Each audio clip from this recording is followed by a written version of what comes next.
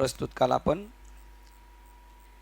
विवेक चूडामणी ग्रंथ श्लोक क्रमांक 58 थांबलेलो होतो अर्ध्यातच, म्हणून पुन्हा सुरुवातीपासून 58 वाचूया. अर्ध्यात थांबलेलो असल्यामुळे पुन्हा सुरुवातीपासून वाचूया. 58 नंबर. वाग्वैखरी शब्द झरी. तर श्लोकात ओघवत्या शब्दाचे दणदणीत भाषण, शास्त्र विवरण व त्यावर भाष्य करण्याचे पटुत्व त्या विद्वान पुरुषाला केवळ थोडा आनंद व भौतिक समाधान देणारे ठरतील, परंतु ते त्याला पूर्णपणे मुक्त करण्यास अपुरे पडते. पहा, जरी तुम्हाला त्यांनी काल आपण सांगितलं होतं की तुम्ही खूप मोठ्या मोठ्या चर्चा करत असाल आध्यात्मिक गोष्टीचा आणि ओघवत्या शब्दाचे दणदणीत भाषण म्हणजे ब्रेकच नाही त्याला, असा सन सन सन गाडी जात असेल, पण वक्तृत्वाची फक्त अनुभूतीची नाही, तर नुसत्या वक्तृत्वावर तुम्ही ईश्वर तत्व प्राप्त करू शकत नाही. शब्द ब्रह्मे होसी आगळा, म्हणसी न भिवकळी काळा. बोलणार मला शब्द ब्रह्म कळाला, आता आम्ही काळाला घाबरणार नाही, पण कोरोना आलं ना परत का तसं करणारच हे लोक. म्हणसी न भिवकळी काळा आणि बोधेविन सुख सोहळा, आहे तो जिव्हाळा वेगळा. बोध नाही तर सुखाचा सोहळा नाही. सुखाचा सोहळा नाही, त्यामुळं बोधेविन सुख सोहळा. बोध नसल्यामुळं सुख सोहळा नाही, आणि त्यातला जिव्हाळा काय तो वेगळाची. बघा, आहे ते राहिले वेगळेची. बोधेविन सुख सोहळा, आहे तो जिव्हाळा वेगळाची. बघा, मग तू भस्मदंड जटाभारू अथवा उदास दिगंबरू असं. त्याच्या पुढे अजून एक उदाहरण आहे ते राहिले वेगळेची. ज्ञानोबरायांचा अभंग आहे त्याच्यामध्ये. मग तुम्ही ओघवत्या शब्दाचे दणदणीत भाषण, त्याला ज्ञानेश्वर महाराज म्हणतात अनंत वाचाळ बरळती बरळ, त्या कैसा दयाळ पावे हरी. बघा, ओघवत्या शब्दात दणदणीत भाषण. आता हेच नाथबाबांकडे गेलं तर नाथबाबा असा डायरेक्ट जोडा मारतात. यांनी सांगितलं अनंत वाचाळ, आणि त्यांनी काय सांगितलं मुंडकी वटवट तैसे ते गा. त्याच्या पुढं काय न जायची ताठा नित्य खटाटोप, मुंडकी वटवट तैसे ते गा. न जायची ताठा, ताठा जात नाही. आणि अजून काय सांगितलं न जायची ताठा नित्य अभिमान, सतत मुसमुसल्या नित्य खटाटोप, काहीतरी परमार्थिक खटाटोप करीत राहतो पण अभिमान जात नाही. त्याचं जरी कीर्तन असलं, प्रवचन असलं, त्याचं व्याख्यान असलं तरी मुंडकी वटवट तैसे ते गा. मुंडकी म्हणजे कोण? बेडूक. आणि स्पेशल बेडूक कधी जास्त बडबड करतो? पावसाळ्यात. कुठून एवढं मजबूत बेडकं येतात काय माहिती पावसाळ्यात. बघा, ती बेडकं बी काही सामान्य नसतात, जे डबल टटारलेली असतात. पण बरं, त्यांच्या उड्या की सामान्य नाही. इथून तिथं उडी मारणार, मोठ्या माणसाला सुद्धा बेडूक घाबरेल. मग त्याप्रमाणे त्याच्यानंतर त्यांनी अजून त्याचा खुलासा केला. शास्त्र व्याख्यान कौशल्यम तद्वत विदुष्यन्यम अपि, शास्त्र विवरण व त्यावर भाष्य करणारे पटुत्व. हे विदूषकच एक प्रकारचे त्याच्यातले. त्याला तुकाराम महाराज डायरेक्ट म्हणतात सोंगे छंदे काही देव जोडे ऐसे नाही, सोंग करून होत नाही. शास्त्र विवरण करण्यात मास्टर, त्याच ज्ञानेश्वर महाराज म्हणतात व्याकरणी चोखडा, तर्की अति गाढा. तर्क जर त्यांनी लढवला तर ते तर्कातच जिंकल. केस वगैरे कशात चालतात कोर्टात? तर्काच्याच आधारे हे सोडवले जातात. तर्की अति गाढा परी आत्मज्ञानी पुढा जात्यंदू. जात्यंदू म्हणजे काय? जन्मजात आंधळा. कोणत्या क्षेत्रातला जन्मजात आंधळा? व्यवहारातला सांगितलंय का? परमार्थातला. देव भेटला नाही, देव मला दिसला नाही, तुका म्हणे कैसे, असे आंधळ. त्या विद्वान पुरुषाला केवळ थोडा आनंद क्षणिक, लोक वाह करतील, 2 रुपये देतील, मान वाढवतील त्याचा, त्यावेळेला त्याला वाटेल मी काहीतरी चांगलं केलं, पण थोडा आनंद आणि भौतिक समाधाने देणारे ठरतील. मग परमार्थातली अशी कितीतरी साधनेत ते आनंद देतात, पण दीर्घ काळाचा नाही, ठराविक काळापुरता. ठराविक काळापुरतं समाधान. आणि आपल्याला कसं आपल्याला कसं समाधान सांगितलेलं आहे? ओळ आपली पाटे गुरु तेथे ज्ञान. बाबा बाबा बाबा, मला तसं वाटतं आपल्या सगळ्यांचं पाठच असेल ही ओळ. कमीत कमी इथं 50 जण आहे त्यांचे. गुरु तेथे कोणतं ज्ञान? वचवच करायचं आत्मज्ञान. ज्ञानी, मग त्यांनी गुरुकडून ज्ञान घेतलं, तो मनुष्य कसा झाला आता? ज्ञानी. गुरु तेथे ज्ञान, आणि त्यांच्याकडून ज्ञान घेतलं, हा कसा झाला? ज्ञानी. गुरु तेथे ज्ञान, ज्ञानी आत्मदर्शन, आणि आत्म्याचं दर्शन झालं, दर्शनी समाधानार्थी जैसे. आता आपल्याला म्हणायचं आपण पार हिन मोसलेलो असलो तरी, लय संकटात असलो तरी, झाले समाधान. आता काय झाले ते कळते चेहरे पट्टीवच कळते, झाले समाधान. आणि भरकटलेलो आहे मन, हा पायी विसावले आनंद. भौतिक समाधान ते ठराविक काळापुरतं ठरतील, परंतु ते त्याला पूर्णपणे मुक्त करण्यास अपुरे पडेल. बघा, परोक्ष ज्ञानाबद्दल बोलतात ते. परोक्ष ज्ञान म्हणजे वाचिक ज्ञान, ऐकिक, पट पाठांतरातलं. बहुत केले पाठांतर. विचार व कामना या ध्वनीमध्ये वा शब्दामध्ये व्यक्त होण्यापूर्वी त्याच्या परिवर्तनाचे निरनिराळे सूक्ष्म टप्पे योगशास्त्रात आपल्याला सांगते. योगशास्त्र आपल्याला सांगते.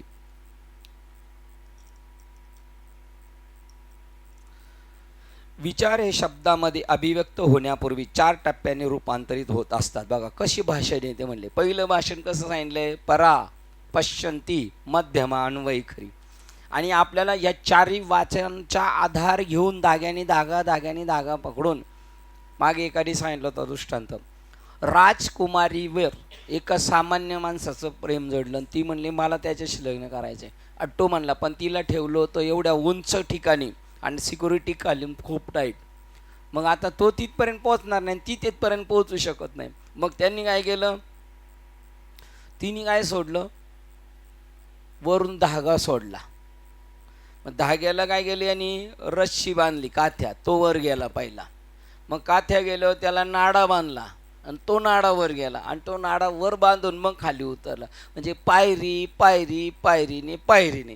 तशी ही पायरी कशी? परा, पश्यंती, मध्यमा आणि वैखरी. वैखरी वाणी महात्मा जेव्हा बोलेल तो ज्ञानोत्तर भक्तीतला असेल तर ती परिणाम करेल वैखरी वाणी. बघा आज अजून एक वेगळा सूक्ष्म टप्पा सापडला तुमच्याशी संवाद करताना. त्याची वैखरी प्रभावशाली राहील. ती आपण परवा अनुभवली काकींची. ते शब्द साधे साधे शब्द आहेत, पण ते शब्दाला किती वजन होतं. ती वैखरी परिणामकारक आहे. आणि ही जी दुसरी वैखरी आहे त्याला ज्ञानेश्वर म्हणतात, अनंत वाचाळ. नाथबाबा म्हणतात मुंडकी वटवट ते गा. पण बाबा काय म्हणतात माहिती का? श्रीपाद बाबा वाच्य ते म्हणतात कुत्री काय कमी भुगतायत. बघा बरं, आता हे काही सामान्य शब्द झाले का? याचा अर्थ त्यांना राग आहे नाही का त्यांच्याबद्दल? रागापोटी नाही बोलले, हे त्यांच्या आणि समाजाच्या प्रेमापोटी बोललेलं वाक्य. हे जर कळालं नाही ना तर त्याचा उलटा अभ्यास होऊ शकतो. बघा, आणि तसंच झाला त्यांच्यामध्ये. मग ती वाणी त्यावेळेला प्रभावशाली होती. आपण जे बोलतो ते कुठून आलं पाहिजे? इथून आलं पाहिजे. भांडणं कुठून येत? इथून आहे, तेव्हा असले रंग कळतो. तसं इथलं बोलणं पाहिजे आपलं. आणि इतरांचं कुठपर्यंत पासून बोलणे? इथून बोलणं प्रभावशाली राहत नाही. विचार हे शब्दामध्ये अभिव्यक्त होण्यापूर्वी 4 टप्प्यांनी रूपांतरित होत असतात असे त्यात वर्णन आहे. विचार हा प्रथमतः आपल्यातील सत्यतत्व, जो विचार आपल्याला स्फुरतोय ना, आता जे आपण बोलतोय ही स्फूर्ती कुठं माहिती आहे का? परेच्या उदर. पण परेमध्ये त्याला आकार भेटतोय, जे आतमध्ये त्याला आकार भेटलेला आहे. विचार प्रथमतः आपल्यातील सत्यतत्व किंवा चैतन्य तत्व यापासून निर्माण होत असतो. म्हणून साळुंकी मंजुळ बोलत असे वाणी. पण हा सरसकट सगळ्यांना नियम नाही. मग ते म्हणतील आम्ही कुठून बोलतो?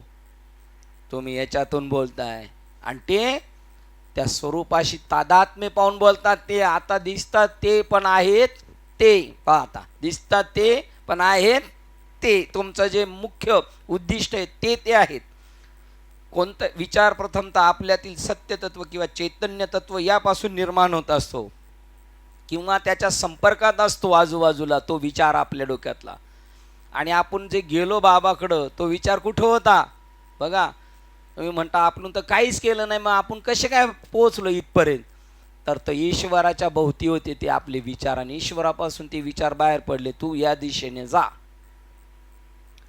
आणि त्या टप्प्याला त्या किंवा चैतन्यापासून निर्माण होत असतो किंवा त्याच्या संपर्कात असतो, आणि त्या टप्प्यावर त्याला परावाणी म्हणतात.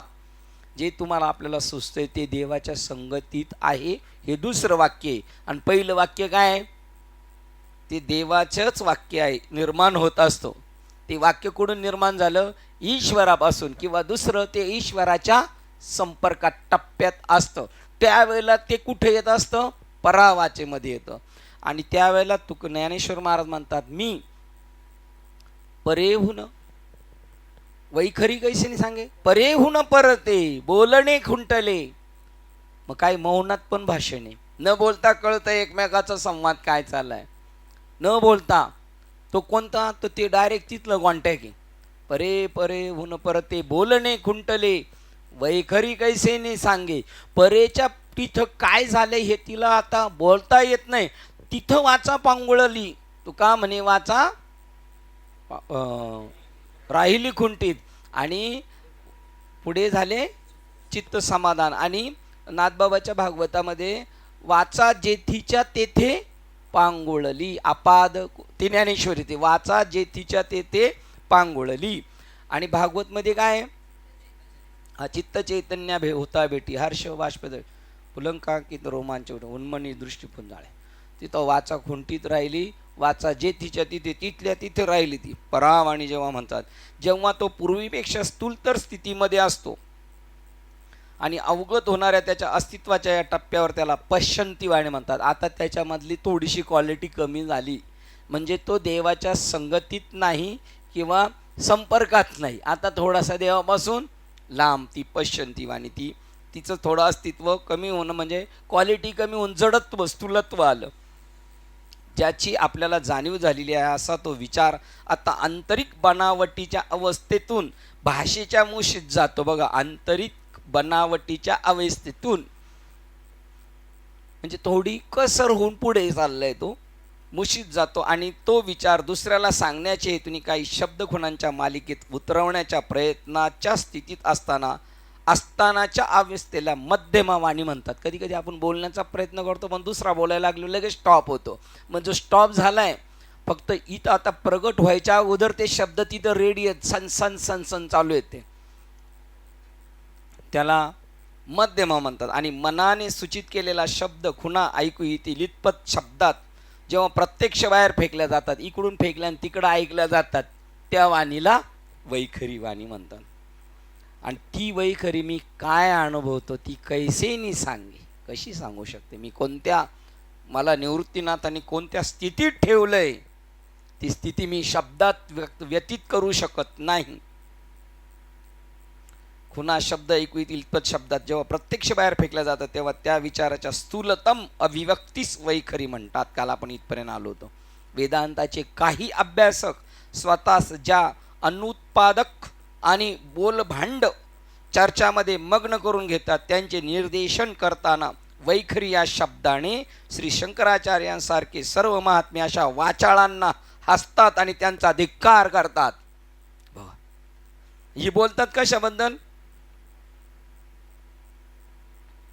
वेदांताचे काही अभ्यासक येते आणि ते वेदांताचे अभ्यासक आहेत, आणि शंकराचार्य कोणाचे अभ्यासक आहेत? पण ते त्यांचा धिक्कार करतात. हे दुसरं वाक्य. पहिलं हसतात आणि मग धिक्कार करतात. आणि ते शब्द बाबांनी तसेच्या तसे पुढे पाठवले म्हणून आपण इथपर्यंत आलो. ते त्यांना हसले नसते आणि त्यांचा धिक्कार केला नसतात तर आपण इथपर्यंत पोहोचलोच नसतो. आपण ते गुळगुळीत मुळमुळीतच त्याच्यामध्ये राहिलो असतं. बाबा त्यांचं बरोबर ना आपलं बरोबर. किती म्हणजे बघा, वैखरी या शब्दाने शंकराचार्य, बरं ते साधन आहे. काही अभ्यासक स्वतः ज्या अनुत्पादक आणि बोलभांड चर्चेमध्ये मग्न करून घेतात. आता एकदम सामान्य माणूस असेल, काय म्हणेल यांना हसायला काय झालं, यांच्या चर्चा काय चालल्या? तुम्ही जसं ज्ञानेश्वरीवर भागवतवर वेदांवर बोलतात तेच ते बोलतात. सामान्य माणूस बोललंच ना, यांना का हसतात? हसतात एवढ्यावर नाही, तर त्यांचा धिक्कार करतात. बघा, ज्ञानेश्वर महाराज म्हणतात त्यांची संगत सुद्धा करू नये. सांगा बरं कसं वागलं पाहिजे आपण? हा, त्यांची संगत सुद्धा करू नये. खळांची संगती उपयोगाची नाही. खळ म्हणजे काय? कळतं पण तरी मूर्खपणा केल्याशिवाय राहत नाही. आपणास या पाय त्यांचे सवे कनेक्ट करतो, क्लोज नातं बंद करून टाकलं पाहिजे. त्या नात्याला नाही दिलं पाहिजे स्थान.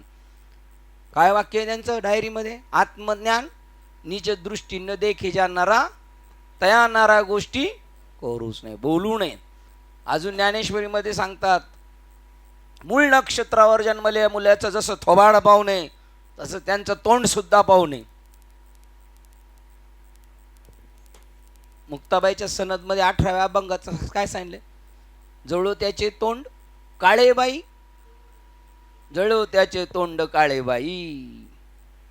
याचे पुढे ज्ञान सांगती पाखांड, जळोबाई त्यांचे तोंड काळे. धिक्कार करतात आणि त्यांच्याकडे दुर्लक्षही करतात. बरोबर, त्याशिवाय आपली प्रगती होणार नाही.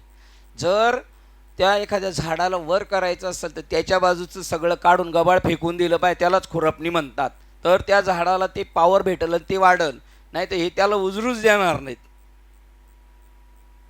वैष्णवी कुपथ्ये टाकेली वाळून, त्यांना ड्रॉप करून टाकलं आणि त्यांच्याकडे दुर्लक्षही करतात.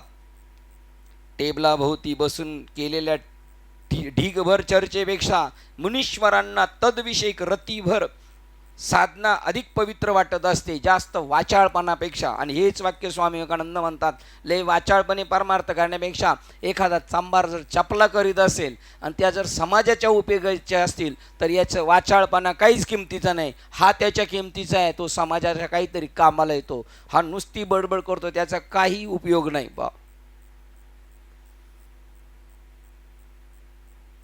त्यांना थोडी साधना केली तर आवडेल, पण हे जास्त वट्टवट्ट नको आहे ते म्हणतात. श्री शंकराचार्यांच्या मते तत्वज्ञान विषयक शब्दज्ञान फार तर उदरनिर्वाहाचे साधन म्हणून. बघा, 700 वर्ष किती 800 पिरियड सांगितलं होतं साहेबांनी. 700 का 800च्या पिरियडमध्ये 700-800च्या पिरियडमध्ये यांनी लिहून ठेवले. हे फक्त पोटबाबू होतील, पोटबाबू होतील असं दासबोध सांगतो. श्रीपाद बाबांचं पण आणि तुकाराम महाराजांचं म्हणणंच आहे डायरेक्ट ओपनमध्ये. हे संत आहेत, हे 100% संत आहेत, पण हे पोटार्थी संत आहेत. पोटासाठी संत झाले आणि ते सुद्धा मान्य करतात. मग आमची पोरं बाळ कशी शिकतील, आमचं घर प्रपंच कसं चालेल?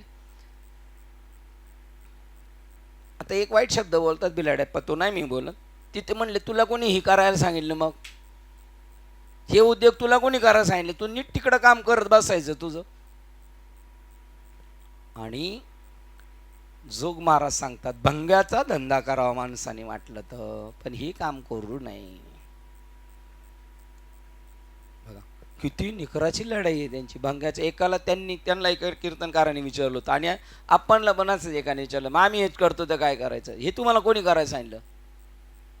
आणि हाच प्रश्न जोग महाराजांना पण एकाने म्हणलं, आम्ही काय करायचं? आम्ही तर रोज हेच करतो. मग आम्ही काय? म्हणले भंग्याचा धंदा कर, पण हा नको करू. मग चालायचं कसं काय करणारांनी? तुम्ही कोट्याधीश नाही, तुम्हाला जाणे येण्याला लागल तर तुम्ही तुमच्या वाचेला लगाम घाला आणि करता आलं तर करा, नाही तर घरी गप बसा. तुमच्या वाचून बाबा म्हणतात कोणाचा उद्धार आडलेला नाही. बाबांचं एक वाक्य आलं होतं गेलं तर तुम्ही ते करा पण हे करू नका, त्यांचं म्हणणं आहे. बघा, शंकराचार्यांच्या मते तत्वज्ञान विषयक शब्दज्ञान फार तर उदरनिर्वाहाचे साधन म्हणून अथवा शुद्र लोकेशना मिळवण्यासाठी वा अल्पजीवी अशा वैभवासाठी वापरता येईल. पोट भरण्यासाठी हे अभ्यास यांचे पोट भरण्यासाठी, नाही तर कार्यक्रम पत्रिकेमध्ये बॅनरमध्ये झळकण्यासाठी, समाजाच्या काही कामाचे नाही. त्यांचंच कल्याण नाही. तुकाराम महाराज म्हणतात सवे आपणच रीता रडे पुढीलांच्या हिता. पुढीलांशी सांगे अमृताच्या गोष्टी, आपण उपवाशी राहोनिया. लोकेशना मिळवण्यासाठी व अल्पजीवी अशा वैभवासाठी वापरता येईल, याचा दुसरा उपयोग नाही होणार. 59 नंबर 58 क्रमांकाच्या श्लोकला निरोप देऊन आपण 59 मध्ये पदार्पण करतोय. परमोच्च सत्त्वाचे ज्ञान करून घेतल्याखेरीज शास्त्राचा अभ्यास व्यर्थ होय. परमात्मा साक्षात्कार झाल्यानंतर तर शास्त्राध्ययनाचे असे काहीच फल उरत नाही. म्हणून सांगितलं जातं, तुम्हाला प्राप्त झालं ना, आता तुम्ही जावा. ज्याला ज्ञान झालंय ना, त्यांनी सत्संग करायची तशी काही खास गरज नाही. त्यांनी करायचं सत्संग, पण अडाणी लोकांना घेऊन शान करण्यासाठी करायचं, नाही तर मग तो वळवळ होईल जास्त. हो, मग त्यांनी काय करायचं, एक सापाच्या बेळ्यात किती साप राहतात? सापाच्या बेळात एकच राहतं का भरपूर राहतात? विंचू राहतात भरपूर, साप एकच राहतो, हे की नाही? ज्याला ज्ञान झालं ते म्हणतात, हा श्लोक बघा किती, अविज्ञाते परे तत्वे शास्त्राधिस्तु निष्फला. बघा, आपल्याला संस्कृत यायला पाहिजे. ज्याला आहे वेळ, कोण शिकवणार असेल, काही उदार माणसं असतात ते शिकवतात, त्यांच्याकडे जाऊन शिकायचं. आपल्याला अजून त्याच्यातली उकल सापडेल. निश्चित नाही करायचा, काही गोष्टी आपल्या गरजेच्या आहेत. आणि विज्ञान तेपी परे तत्वे शास्त्राधिस्तु निष्फल. विद्वान माणसाने, विद्वान म्हणजे ज्याला आत्मज्ञान झाले, त्याला सुद्धा शास्त्र वाचणं निष्फल. आणि ज्याला अविद्या आहे, अज्ञान आहे, त्यांनी शास्त्र वाचलं तरी त्याला आता डोक्यात गोंधळ करील का नाही? शास्त्र दोघांना निष्फळ आहे. हो बघा, कारण त्याला अजून गुंताड्यात घेऊन जाणार ते, त्याला काही त्याचा फायदा विशेष नाही होणार. हे तर नाही होणार. भागवत मधली ओळ कोणी पाठ केली असेल तर बघा, ज्ञान झाल्यानंतर, आत्मज्ञान ज्याला प्राप्त झालं, त्यांनी त्या महावाक्याचा जप केला तरी त्याला काय विशेष फळ मिळणार नाही म्हणतात. भागवत मधले ते दासबोधा मधले एकनाथी भागवत मध्ये आत्मज्ञान प्राप्त झाल्यानंतरही जर तो जप करीत बसला तर त्याला काही विशेष एवढं फळ भेटणार नाही. एकनाथी भागवत. परमोच्च सत्यत्वाचे ज्ञान करून घेतल्याखेरीज शास्त्राचा अभ्यास व्यर्थ होय. जयाशी अपरोक्ष ज्ञान त्यांनी घालून आसन, अखंड करिता ध्यान, त्या अधिक काय उपयोग असे ना. काय रे बापरे, शब्बास. नतमस्तक व्हायला पाहिजे. कितव्या अध्यायातली कितवी? ठीक आहे, भेटेल, लगेच सर्च केलं भेटणार तुम्हाला. बघा, असे पाहिजेत माणसं आपल्या बरोबर. मी माझं भाग्य समजतो. ज्ञानी माणसांची संगत भेटली पाहिजे. देव वसे चित्ती त्यांची घडावी संगत. तुम्ही मला त्या दिवशी अभंग दिला का नाही जाताना? मग 2 अभंग मला दिले होते. तिसरा कोणता दिला होता? हा, पण तो संत परंपरेत नाही वाटला एवढं मला. म्हणजे एक अजय महाराज बोलले होते, देव वसे चित्ती. मी म्हणलं हा बरं आहे बा. त्याच्या मग तर हा बोलले, म्हणले हाय बरं आहे. आणि तिसरा कोणतं ह्या म्हणल्या होत्या,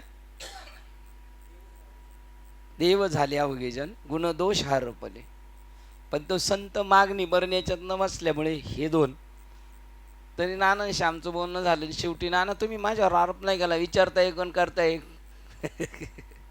नाना म्हणले मग हाच बरा वाटतो आपला देव वसे चित्ती, कारण आपल्याला वेळ कमी पडतो. तो 5 चरणाचा याच्यापेक्षा हा बरा. पण तिथे गेल्या वेगळंच झालं. काय करायचं आता?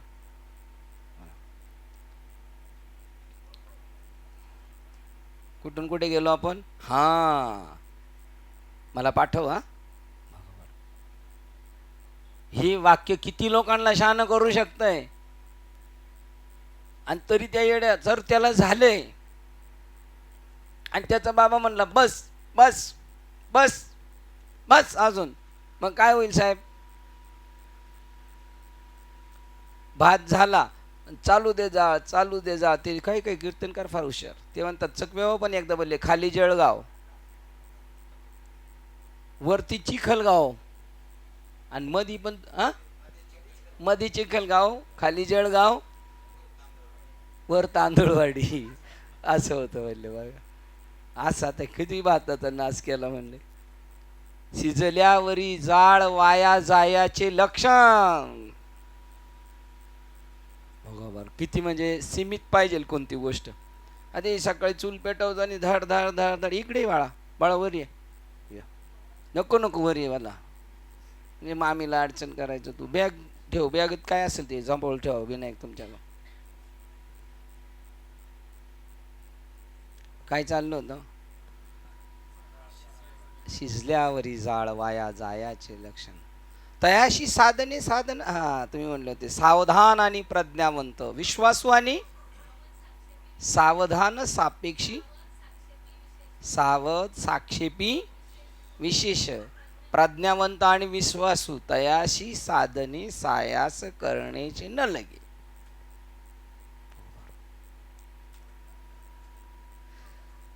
जयासी माझे अपरोक्ष ज्ञान, त्याने घालून आसन अखंड धरिता ध्यान, अधिक उपयोग जाण असे ना. बघा त्याला जास्त काय करायची गरज. 27 एकनाथी भागवत 28 आणि ओवी क्रमांक 27 पण श्लोक 25 आणि त्याच्यामधले किती 27 ते नाही माहिती, पण 28वा अध्याय आणि श्लोक क्रमांक 25. आता काका तुम्ही वाचणार उद्या मला माहिती. हा असं पाहिजे.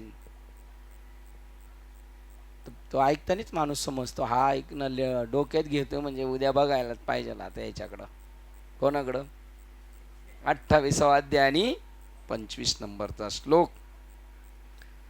परमोच्च सत्यत्वाचे ज्ञान करून घेतल्याखेरीज शास्त्राचा अभ्यास व्यर्थ. म्हणजे आत्मज्ञान पहिलं झालं पाहिजे आणि मग शास्त्राभ्यास केला पाहिजे. आता आपण पहिल्यात बी नाही पुढच्यात नाही, मध्ये असल्यामुळं आपल्याला चालणार आहे. आपण काही एवढे अजून शहाणे झालेलो नाहीत, त्यामुळे आपल्याला मागचंही चालत नाही. लय हुशार असेल तर त्याला उपयोग नाही. तर आम्ही बाबा लय हुशार नाहीत आणि आम्ही चिखलगाव बरं आहे आपला, आहे का नाही. जळाला तर नाही ना कमीत कमी, आणि वरचाही विलय सुकलेलाच आहे तांदूळ. शास्त्राचा अभ्यास व्यर्थ आहे जर आत्म्याचं ज्ञान नसेल तर. नाना शास्त्र पडे लोकम, कोण कोण वाचलं तर म्हणतात. प्रवीण तुला लवकर कळेल, कोणी वाचलं तर कळेल. हा नाना शास्त्र पडे लोकम. खूप शास्त्र वाचले तरी त्या लोकांना काही फायदा नाही. नाना शास्त्र पडे लोकम, नाना दैवत पूजनम, आत्मज्ञान विनी पार्थ सर्व कर्म निरर्थकम. तू काय बी करीत असशील तर, काहीही परमार्थातलं तू करीत असशील, मोठे दिव्य जे संतांना नाही यायचं ते बी तू करीत असला तरी सुद्धा ते व्यर्थ. परमतत्वाचा साक्षात्कार झाल्यानंतर तर शास्त्राची असे काहीच फळ उरत नाही. कारण फळ काय गेले त्यांनी पहिलंच प्राप्त करून घेतलं. आता अभ्यास करून काय भेटणार. आता त्याला जे भेटायला पाहिजे ते भेटलंय. मधने बाबा मला एकदा म्हणले होते, जास्त पण शास्त्राभ्यास काय उपयोगाचा नाही. नाहीतर ते उदय लागलेले असते ना ग्रंथांना, ते उदयीतले किडे आहेत ना ते. पण आत्मज्ञानी माणसाला तो नियम लागू नाही. तो म्हणतो बीज भाजून केलेला आहे ना आम्हा जन्म मरण नाही, आणि घ्यायचा असेल तर मी घेईन जन्म. साक्षात्कारात परमतत्वाचा साक्षात्कार झाल्यानंतर तर शास्त्राचे अध्ययन असे काहीच फल उरत नाही. अभ्यासू साधकाच्या मनामध्ये आश्चर्याची भावना निर्माण करीत असताना त्याच्या मनावर एखादा मुद्दा पक्का बिंबवण्याकरता विरोधाभासाचे विधान जाणीवपूर्वक करण्याचे या ठिकाणी उत्कृष्ट उदाहरण दिलेले आहे. अभ्यास करणाऱ्या माणसाला विरोधाचं सांगायचं, दोन्ही बाजूचा अभ्यास झाला पाहिजे आपला. बाबा मला म्हटलं होते असा तुम्ही पॉईंट मांडला पाहिजे की तो तुमचा कोणी खोडून नाही मांडला पाहिजे. जर तुम्ही म्हणले हे असं तर त्याच्या सापेक्ष उलटं काय ते पण तुम्हाला माहिती पाहिजे. प्रमाण तुम्ही हे प्रमाण पेकलं, दुसऱ्याने ते प्रमाण केलं, तत्त मम नाही, त्या दोघांचा तुम्हाला मधला बिंदू माहिती पाहिजे. आता बघा यांना काय सांगायचंय, करायचं कोणी अभ्यासशास्त्राचा, ज्याला आत्मज्ञान झालंय त्याने ठसवण्यासाठी, आणि ज्याला झालंय त्याला काय फळ मिळणार नाही पण तो इतरांसाठी करू शकतो. विरोधाभासाचे विधान जाणीवपूर्वक करण्याचे या ठिकाणी उत्कृष्ट उदाहरण दिलेले आहे. आता हे जे वाक्य आहे ना तुकाराम महाराजांचं, पंढरीशी जारे आल्यानो संसारा दिनाचा सोयरा, आणि त्यांना विचारलं तुमचं काय, ते म्हणले माझं काय खरं नाही, गेलो तर जाईल नाही तर नाही, पंढरीची वारी आहे माझे आता याच्यात बी एखादं म्हणाल पंढरीची वारी आहे माझे घरी, याचा अजून एक वेगळं आहे, मी त्या पंढरीचा वारकरी असल्यामुळं, माझ्याकडं ते नित्य नियमाने असल्यामुळं मला दुसरं काही साधन करायची गरज नाही. बघा आता याच्यातला कसा असा आपल्याला भगवंत सुचवून देणार. आत्तापर्यंत आपला पहिला अर्थ काय असणार, पंढरीची वारी म्हणजे मी नाही जाणार. तुकाराम महाराज म्हणतात दुसरं, तुका म्हणे घरच्या घरी दिशा उरी नसली, मला दुसरी काय पळायची गरज नाही, मी आता आपल्या घरच्या घरी करील. ही त्याच्यावर बिंबवण्यासारखी अशी उरपाटी वाक्य ना. आपण म्हणणार बाबा तुम्ही तर काल असे म्हणले होते ना, आज असे कसे म्हणता, काल मला येड लागलं होतं ना, आज थोडा शहाणा झालोय, असं बाबा म्हणणारा. या श्लोकात 10व्यांदा वाचूने आश्चर्याची जाणीवपूर्वक करण्याचे या ठिकाणी उत्कृष्ट उदाहरण दिलेले आहे. या श्लोकात 10व्यांदा वाचूने आश्चर्याची आणि गोंधळाची भावना शिल्लक राहतेच. नवशिक्याला आपल्याला नाही राहणार. एका झटक्यातच पहिले आपल्याला श्लोकाच्या अर्थात, पण नवीन माणूस म्हणून करावं तरी काय, आपण मग काय करावं. अज्ञानीला समजलं नाही तर त्यांनी वाचून उपयोग नाही, आणि ज्ञानी झालं तरी वाचून उपयोग नाही. करावं काय म्हणजे त्याचा उरपाटा गोंधळ होईल का नाही असं त्यांना म्हणायचे. हो, आणि 10 वेळा वाचलं तरी त्याला त्याच्याची उकल सापडणार नाही. हा श्लोक 10व्यांदा वाचूनही आश्चर्याची आणि गोंधळाची भावना शिल्लक राहतेच. आश्चर्य हा असा मनोभाव आहे की ज्यामुळे विचार करताना एक पुसट असा विराम प्रत्ययास येतो, थांबावा, आणि बुद्धीच्या अशा अटकाव्याच्या वेळी श्लोक गाळून निघतो. स्पीड ब्रेकरने काय होतं, हळू जातं, त्या आजूबाजूचं बघतो, घरं बिरं एखाद दोन वाचणार माणसं की नाही. आता ते मध्ये जो ॲक्सिडेंट झाला ना बेलण्याचे, तिथं आता बरेच स्पीड ब्रेकर टाकले, तिथं बरेच टाकले स्पीड ब्रेकर. मग त्यावेळेला त्यांना आजूबाजूचं कळलं जातं. हे जे आहेत ना, हे बुद्धीच्या अटकाव्याचे आहेत. भगवान शंकर पार्वती स्नान करत असताना पार्वती मातेने सांगितलं मुलाला आत कोणला येऊन देऊ नकोस. आणि भगवान शंकर आल्यानंतर ते म्हणले कोण रे तू, म्हणजे बाप पोराला ओळखीनं. आणि पोरगा म्हणला आई आंघोळ करते, पप्पा तुम्ही आज जायचं नाही, असं म्हणलं का एखादा पोरगा आता. म्हणजे हे का असं म्हणलं. बरं ठीक आहे, पोरग जर आल्लड होतं, नाही घुसून दिलं बापाला आत, तर बापाने लगेच तलवार काढून लगेच शिरकलम केलं, असं करील का अडाणी बापा. पोरग कार्ट बेकार असलं तरी नाही कापायचं त्याला. बरं कापलं तर कापलं, ती बाया रडायला लागलं, आपलं पोरग कापलं, तुम्ही खुशाल, तुम्हाला काही समजतं का नाही. ठीक आहे म्हणले, मग मी जातो. बरं एक मर्डर झाल्यावर दुसरी मर्डर करून आला, हत्तीची मर्डर. बरं त्या पोराला झेपलं असं तर ती काही विद्वान लोक म्हणले एवढं मोठं तोंड ठेवल्याबरोबर पोट असं झालं, म्हणजे लोड आला ना त्याच्या पोटावर. म्हणजे डबल ऑपरेशन हे असं का. इथे तुमची स्पीड ब्रेकर आहे गाडीला, भरधाव पुराण धावत असताना त्याच्यामध्ये त्या पुराणांचा अभ्यास, हे असं कसं होईल, असं कसं होईल, असं होणार नाही. ती का आपल्यासारखी येडपट माणसं आहेत का सगळे. मग ह्याच्यात काय विचार आहे, हे विचार समजून घेण्यासाठी कधी कधी असा उरफाटा वाक्य बोललं जातं माणसांकडून, ज्यामुळे विचार करताना एक पुसट असा विराम प्रत्ययास येतो आणि बुद्धीच्या अशा अटकाव्याच्या वेळी श्लोक गाळून निघतो. जेव्हा एखाद्याला त्याचा पूर्ण उलगडा जातो, त्याचा अर्थ पूर्ण उलगडला जातो, तेव्हा तो अर्थ हृदयाच्या सुरक्षित बंद कप्प्यात सरळ जात असतो. तुम्ही काल म्हणले ना, आज पण ते आल्याला म्हणले मी ते बोललो ते चुकीचं कसं बोललो कळत असून सुद्धा नाही, ते आता हृदयाच्या अंतर कप्प्यात गेलं आणि त्यांनीच उत्तर सांगितलं. पण आता कधी चुकणार नाही, कारण त्याचं काय झालं, जेव्हा एखाद्याला त्याचा पूर्ण अर्थ उलगडला जातो तेव्हा तो त्या हृदयाच्या सुरक्षित बंद कप्प्यात सरळ जात असतो, तिथं मूळ ठिकाणाला जाऊन तो तिथं स्थिर होतो. श्लोकाच्या पहिल्या ओळीतील जाणल्याखेरीज बघा, पहिल्या ओळीत सांगतात जाणल्याखेरीज, आणि दुसऱ्या ओळीत जाणल्यानंतरही, जाणल्याखेरीज आणि जाणल्यानंतर काय, अध्यात्माचं श्रवण वाचन व्यर्थ, वेदांताचा अभ्यास. कोणता, पहिल्या ओळीतील जाणल्याखेरीज आत्म्याला न जाणता केलेला अभ्यास, आणि दुसऱ्या ओळीत जाणल्यानंतरही यामधील जाणणे या शब्द योजनेवर जर आपण स्वच्छ बुद्धीने जाणीवपूर्वक अल्पसे उपयोजन केले तर त्यातील विरोधाभास स्पष्ट होतो. बघा किती बारकाईने सांगितलं.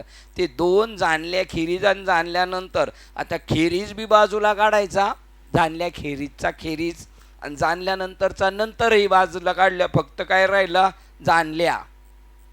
आणि त्या जाणल्यावर जर तुम्ही बारीक जाणल्या तर तुम्हाला हातात काहीतरी सापडेल.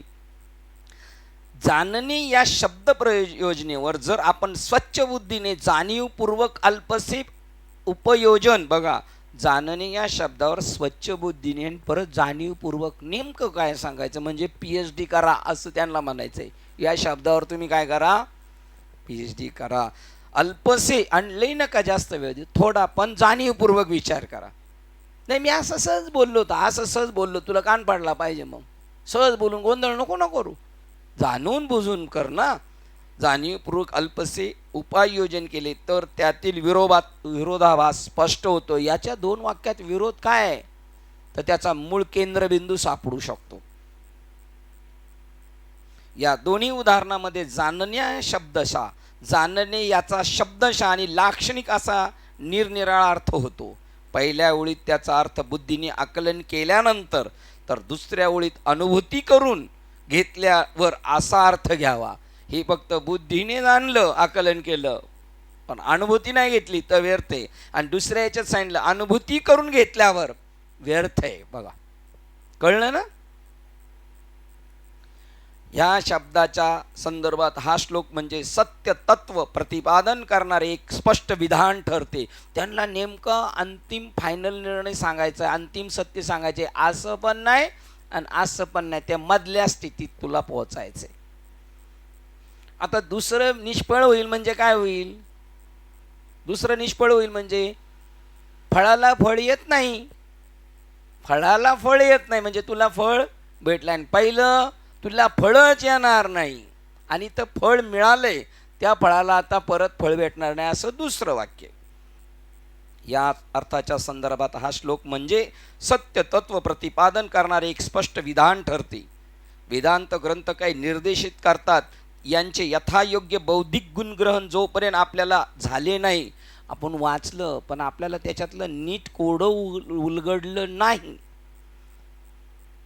वेदांत ग्रंथ काय निर्देशित करतात, काय निर्देशित करतात, त्यांना नेमकं काय बोलायचं हे निर्देशित करतात. त्याचे यथायोग्य बौद्धिक गुणग्रहण जोपर्यंत आपल्याला झाले नाही, त्यांना नेमकं काय बोलायचंय हे जोपर्यंत आपल्याला नेमकं कळालं नाही तोपर्यंत गोंधळ.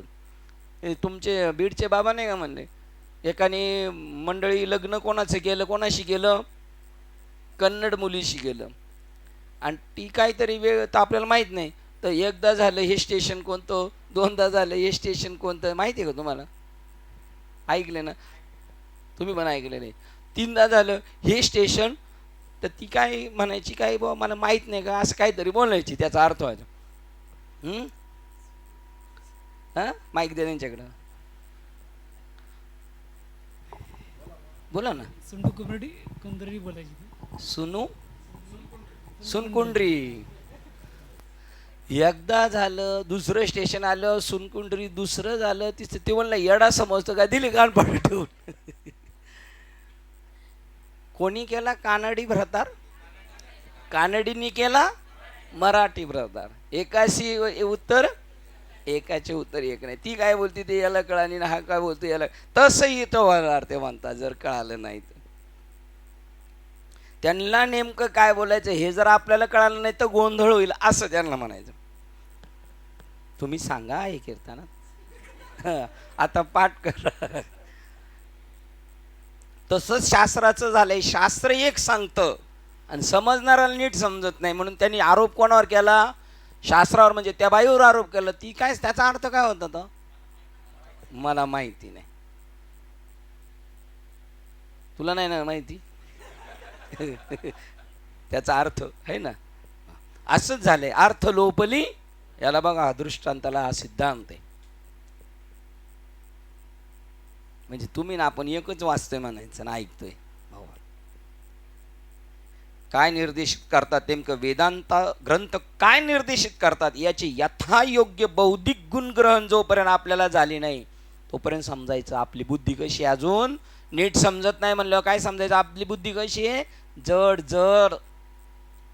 आणि जड तर जडवर जास्त हुशारी म्हणलं त्याहून दगड बरा देवा. आपल्याला झाले नाही तोपर्यंत श्रुती ग्रंथाचा अभ्यास व्यर्थ होय. आणि एकदा का आपल्याला त्या सत्यतत्वाची अनुभूती आली म्हणजे हा श्रुतीचा अभ्यास निरर्थक ठरतो, विशेष फायदा नाही. जसं नामचिंतनाचा त्याला अपरोक्ष ज्ञान झाल्यानंतर विशेष फायदा नाही. पुढे एक उदाहरण देणार आहे. ते काय गाव गोळीचं नाव एस्प्रिन का काय गोळी आहे ना, काय नाव आहे, एस्प्रिन. तर ती गोळी डोकं थांबवते, पण याने गोळी नाही घेतली आणि डोकं दुखते आणि सारखं ॲस्प्रिन ॲस्प्रिन ॲस्प्रिन हे बोलून बोलून उलट त्याचं डोकं अजून उठलं. तसे यांची डोके उठलेली तेच गाऊन गाऊन ते काहीच नाही राव त्याच्यात, काहीच नाही. कुठं माझं डोकं थांबायच्या ऐवजी उलट डोकं उठलं अजून. पुढे येणार आहे वेदांत वाङ्मयात अन्य ठिकाणी असे म्हटले आहे की जगातील वैविध्याचे अस्तित्व. बघा, वेदांत वाङ्मयात अन्य ठिकाणी असे म्हटले आहे की जगातील वैविध्यतेचे अस्तित्व की जे व्यक्तिगत मनाने प्रलंबित केलेले दुःखमय स्वप्न, जगात वेगवेगळ्यापणाने ठरवलेलं वैविध्याचे अस्तित्व की जे व्यक्तिगत मनाने प्रलंबित केलेले दुःखमय स्वप्न. हे जे स्वप्न कोणी ठरवलेले, व्यक्तिगत मनाने आपल्या. प्रलंबित म्हणजे हे दीर्घ स्वप्न, दुःखमय स्वप्न, आत्म्यावरील अधिष्ठानावरील अध्यारोपित भ्रांती असते. हे स्वप्न हे कशावरची भ्रांती आहे, आत्म्यावरील. आणि ती भ्रांती फक्त बाजूला केली पाहिजे ने भ्रांतीपासून हिरतले. कोणी, ज्याने बाबाकून नाम घेतलं त्याची भ्रांती गेली त्याच्याबद्दल बोलतात, जेने भ्रांतीपासून हिरतले. गुरुवाक्याने मन काय केलं, बरं मन धुतलं, परत आज आंघोळ केलं, परत मळत का नाही, पण ते म्हणतात इकडं नाही मळत.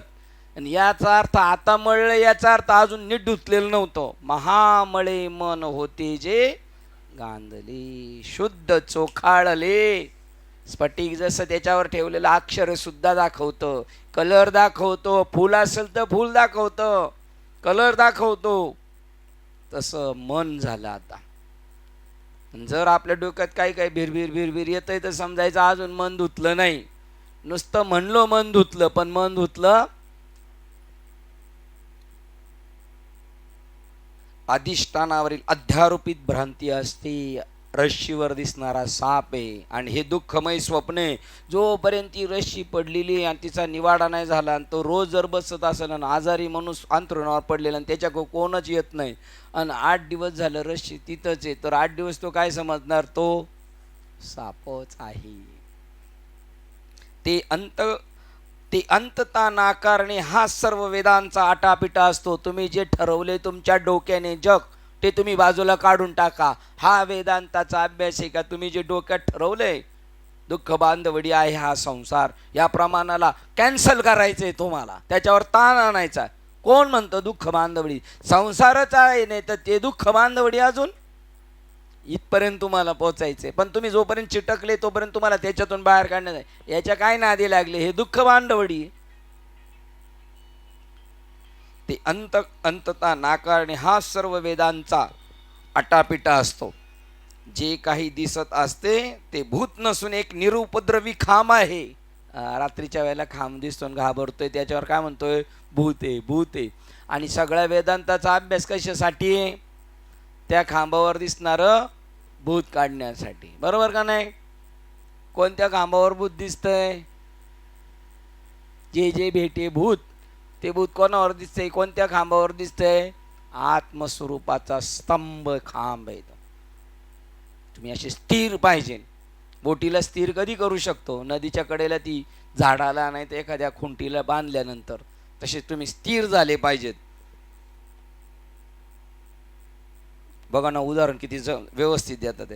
ते अंतता नाकारणे हा सर्व वेदांचा आटापिटा असतो. जे काही दिसत असते ते भूत नसून एक निरुपद्रवी खांब आहे अशी भ्रांत अशी भ्रांत मित्राला त्याची खात्री करून देण्याकरता आपण आवेशाने जो युक्तिवाद करतो तोच हा युक्तिवाद आहे.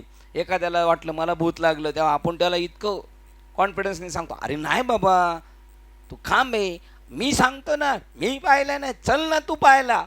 आता हे जसे त्या झालेल्या भूत लागलेल्या माणसाचं भूत काढायचं काम जसं तो युक्तिवाद करतो तो मनुष्य, तसाच हा शास्त्राचा युक्तिवाद आहे. तुम्ही खांबाला भूत समजले तर तुम्ही खांबाला काय समजा, खांब समजा. म्हणजे जगताला आत्मा समजा, परमात्मा समजा. पण कसं समजणार आपण? तुम्ही म्हणता खांब आहे तर तिथं खरंच खांब निघतोय, इथं खांब दिसतच नाही, तर काय दिसतात? सगळे प्राणी मात्र दिसतात, माणसं दिसतात. बघा उत्तर सापडलेले गेलं निघून माझ्याकडून. कसं काय म्हणले, लय उत्तर चांगलं सापडलं होतं, पण ते म्हणते महाराज आज यांना नाही सांगायचं.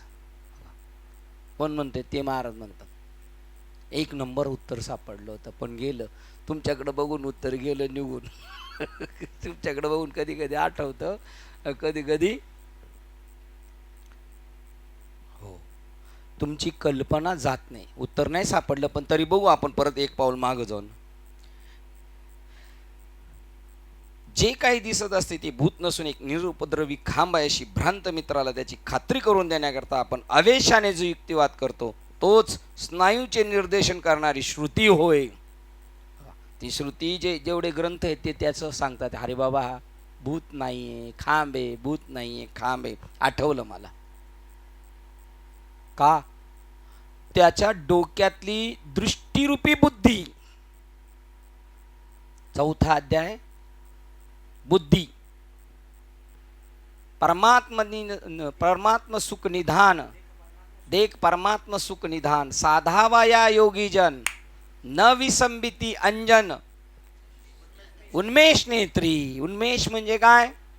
बुद्धिरूपी डोळ्यामध्ये ते ज्ञानांजन घालायला योगी लोक कधी विसरत नाही. आपल्या डोळ्यात ते ऑपरेशन ते औषध न टाकल्यामुळे आपल्या दृष्टीवर आलाय पडदा.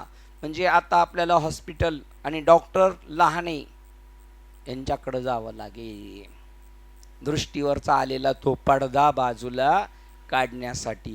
जोपर्यंत दृष्टीवरचा पडदा काढत नाही तोपर्यंत क्लीन दिसत नाही. म्हणजे आपल्याला काय करावं लागेल आता? Operation, surgery.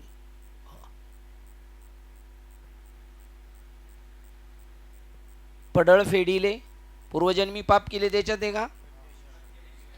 कृष्णांजनी एक वेळा डोळा घालिता आढळ, तिमिर दुःख गेले फिटले भ्रांतीचे पडळ. भ्रांती जग, माणसं, बाया, कुत्री, मांजर, वाघ.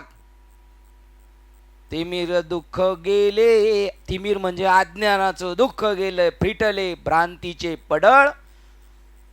लहान डॉक्टर श्री गुरु निवृत्ती राये, मार्ग दाविला सोज्वळ. कसं काय दाखवलं त्यांनी? अरे त्या परमात्म्याने कृपा केली. बाप रखुमा देवीवरू, दिनाचा दयाळ धर्म जागो सदैवाचा, जे बाप उपकारी. परोपकारी साधूचा धर्म जागू द्या मी त्यांना भेटल्यानंतर, आणि त्यांच्या वाचेतून ती गोष्ट कळू द्या मला. जर त्यांचे ते परोपकारी आहेत पण त्यांचा धर्म आपण भेटलं त्यावेळेला जर नाही जागा झाला तर, धर्म जागो सदैवाचा जे बा परोपकारी, आंधळ्याला दृष्टी देतो त्याचे नाव मी उच्चारी.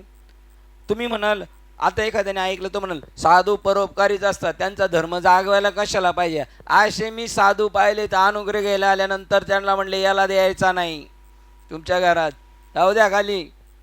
आणि त्याला यांनी लय तयार करून आणला असतात, चला आमच्या बाबा का अनुग्रह घ्यायला, म्हणले नाही द्यायचा. तो त्याला बोलवायला गेला तर त्याला चिडलं होतं, मग मला आणलंच कशाला. तो गेलो हा म्हणलं होतं त्याला, बरं महाराज आल्यावर बघू. पण वरती गेलं परत सांगितलं महाराज जरी आले तरी महाराजांकडे यायचं नाही, नाही तर तू म्हणशील मी नाही काम केलं तर तू त्यांच्या, म्हणजे निकराने लढत दिली नाही. म्हणजे तिथं साधूचा त्याच्यासाठी धर्म जागा नाही झाला.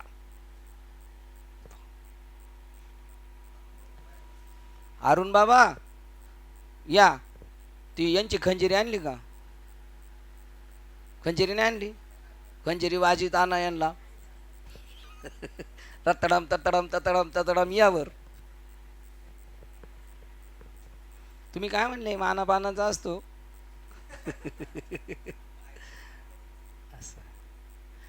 तुम्ही आतमध्ये यायचं, तुम्हाला आम्ही कुठेही जागा करू. मग तुम्हाला म्हणलो असं नाही, सगळ्यांना कोणी आलं तर त्याला जागा होणार. ज्या दिवशी जागा नसणार त्या दिवशी त्याला काहीतरी अडचण निर्माण करणार देव. आणि म्हणणार आज नको जाऊ, आज गर्दी झालेली. तुम्ही कसे मामा आज मोकळ्या ढाकळ्यात आले का नाही? एकदम आहे का नाही? मामा मामी आज मोकळ्या ढाकळ्यात आले आहे का नाही? कुठं आलो होतो आपण?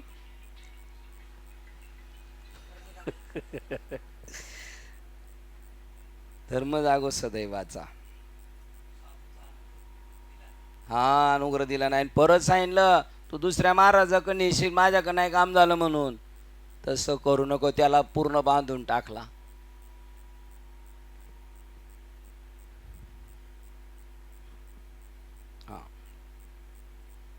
भ्रांत मित्राला त्याची खात्री करून देण्याकरता आपण बघा, आपण तिकडे गेलो होतो. ज्या अर्थी आपल्याला अजून जग दिसतंय म्हणजे आपल्या दृष्टीवरचं पडळ गेलेलं नाही, आपलं ऑपरेशन सक्सेस नाही झालं.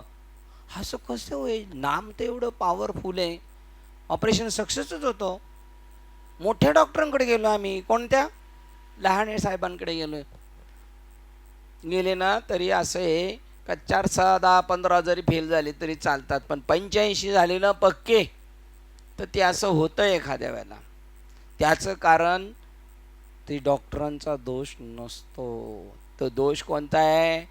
तुम्हाला ती दृष्टी नाही प्रदान करायची ईश्वराला, म्हणून डॉक्टरच्या डोक्यात बी काहीतरी घोटाळा निर्माण करून त्यावेळेला सहज विसरभोळेपणाने असं होऊ शकतो. ते सुद्धा डॉक्टर करत नाही. म्हणून डॉक्टर म्हणतात वाचला तरी तो देवाने वाचवला आणि गेला तरी देवाने नेला. शेवटी त्या अचिंत परमात्म्याचीच इच्छा पाहिजे याला निर्मळ दृष्टी मिळावी म्हणून.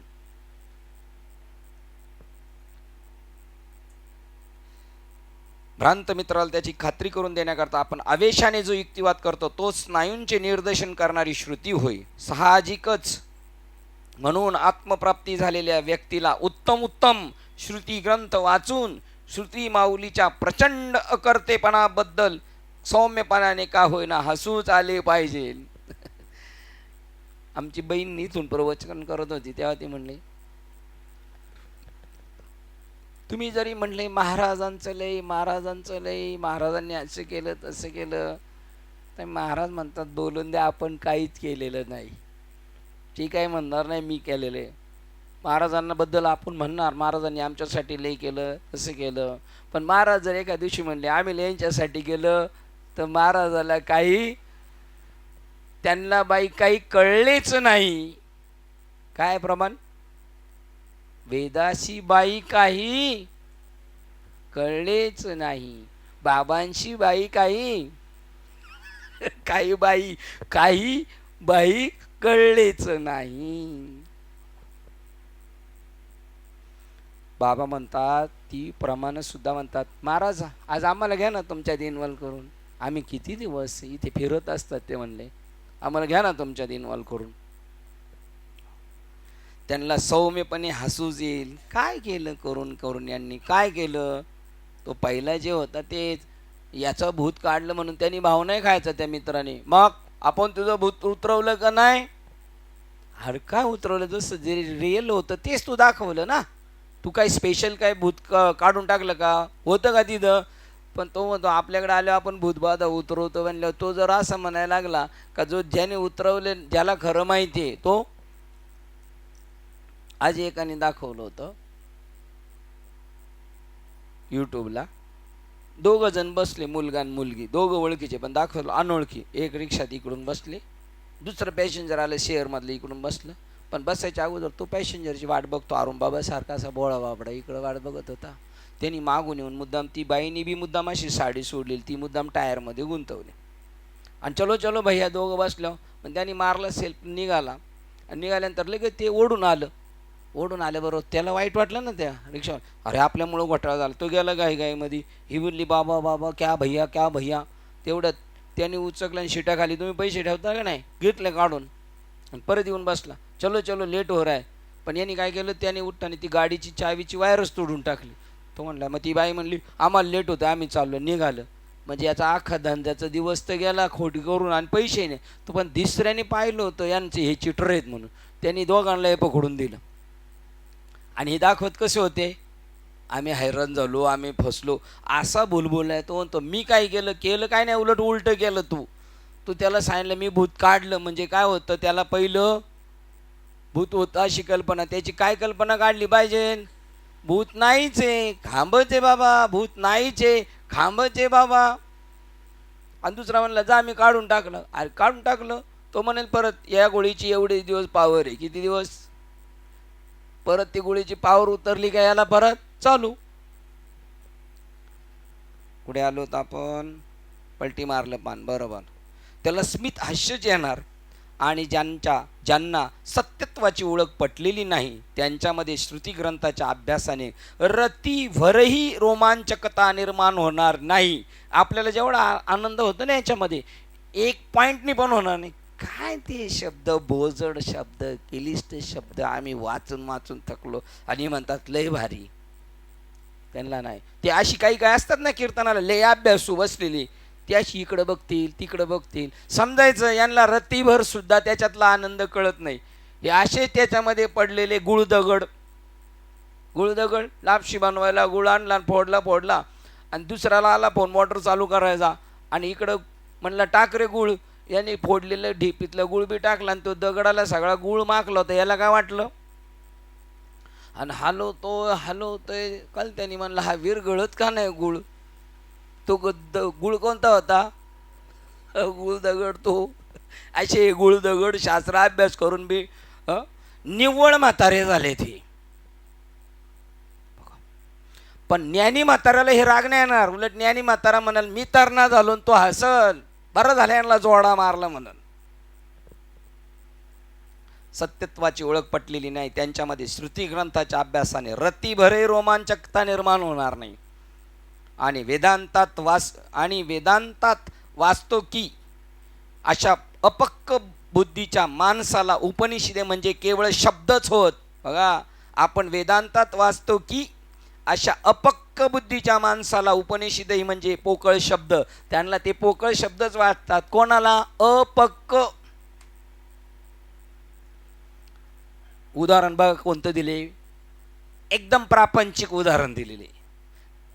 जसे वैवाहिक जीवनाची प्रत्यक्ष रोमांचकता लहान मुलाला कळणार नाही तद्वत त्या बापड्यांना सत्यत्व समजून घेण्याकरता उपकरणेच नाहीत. लग्न कशासाठी आहे त्या लग्नाची काय आनंद आहे तो त्यांना कळू शकत नाही. आणि त्याच्यावर ना अजून कबीर बाबाचा दुआ आहे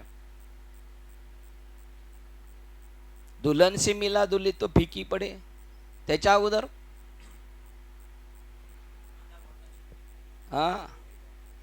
अर्धा पडदा तोड दो.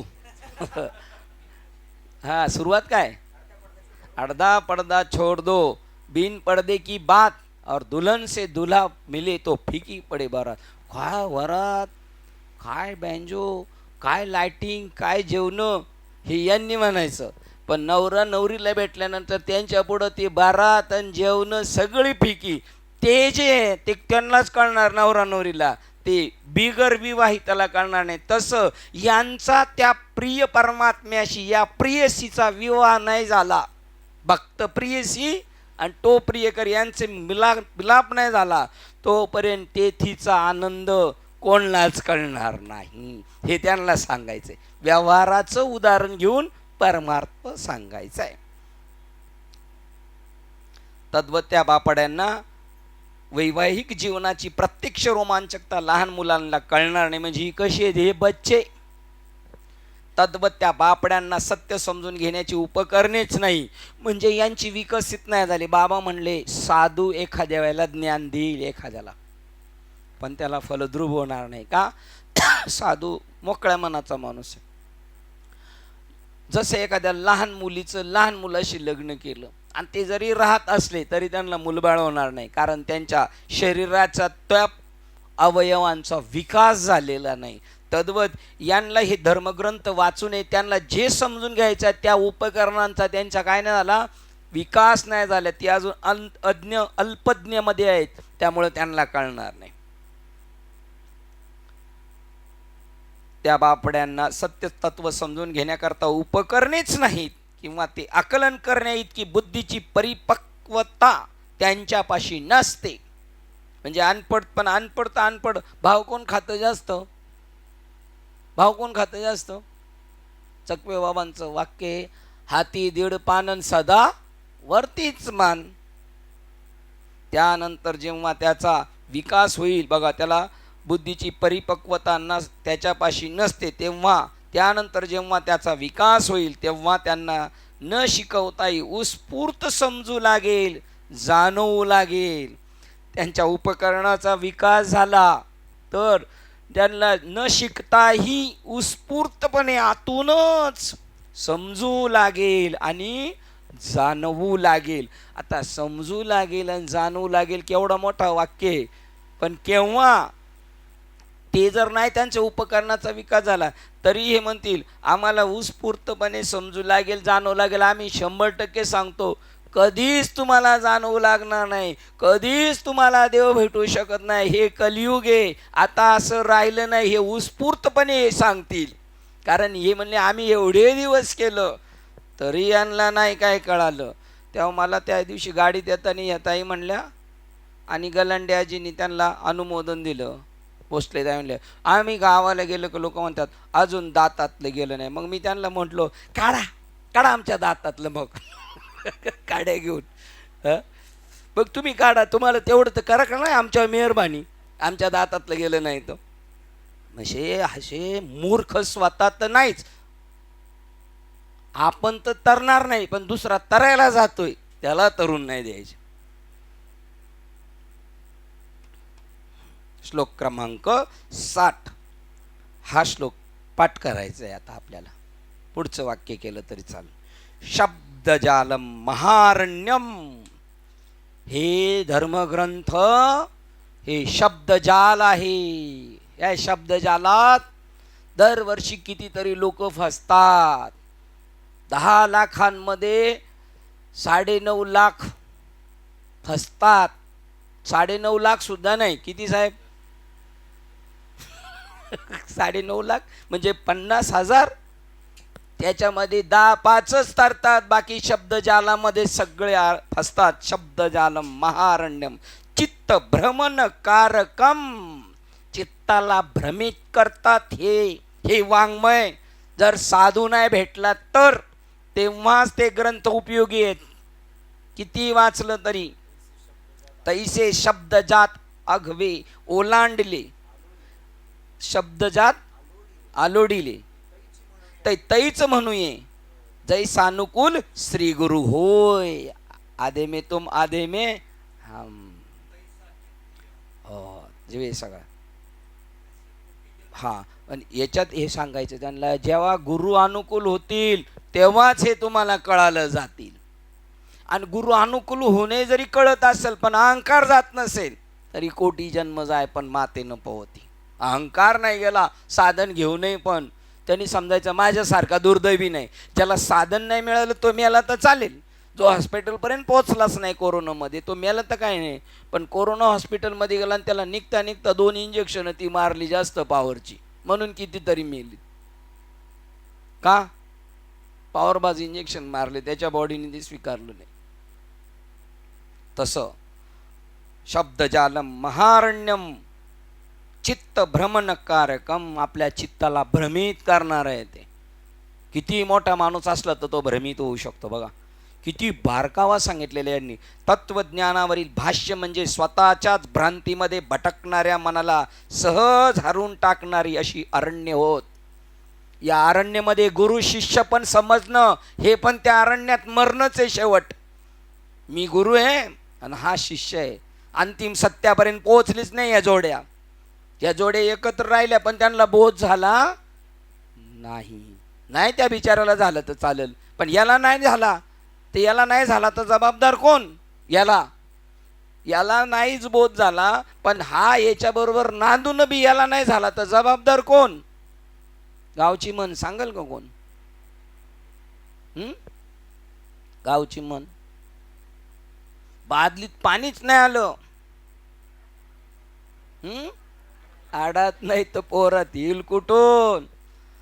आडाण्यात नाही तर पोऱ्यात येईल कुठून?